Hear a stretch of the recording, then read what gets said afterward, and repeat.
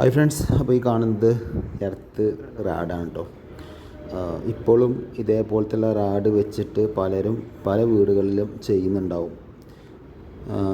ഒരിക്കലും ഇങ്ങനത്തെ റാഡോ കാര്യങ്ങളോ ഉപയോഗിച്ച് എർത്തിങ് ചെയ്യരുത്. പ്രോപ്പറായിട്ടുള്ള എർത്ത് പൈപ്പ് ഉപയോഗിച്ച് എർത്തിങ് ചെയ്യാം. പിന്നെ ഇവിടെ ഈ വീട്ടിൽ ഏകദേശം 3 വർഷത്തോളമായി വീട് പണി കഴിഞ്ഞിട്ട്. അപ്പോൾ അവർക്ക് ഇതുവരെ എർത്ത് ആ വീട്ടിലില്ല. അപ്പോൾ ഞങ്ങൾ എർത്ത് കമ്പി ഇട്ടൊരു ഫോട്ടോ നേരത്തെ ഞങ്ങൾ കണ്ടല്ലോ.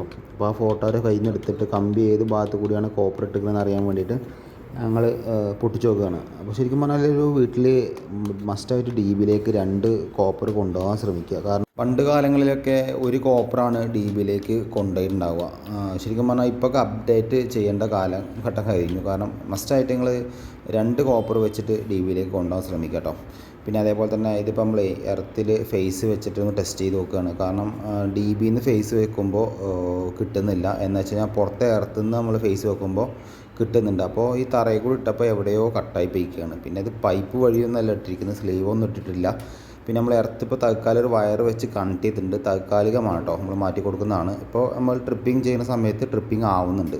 നേരത്തെ RCCB ട്രിപ്പിംഗ് ആയിട്ടുണ്ടായിരുന്നില്ല.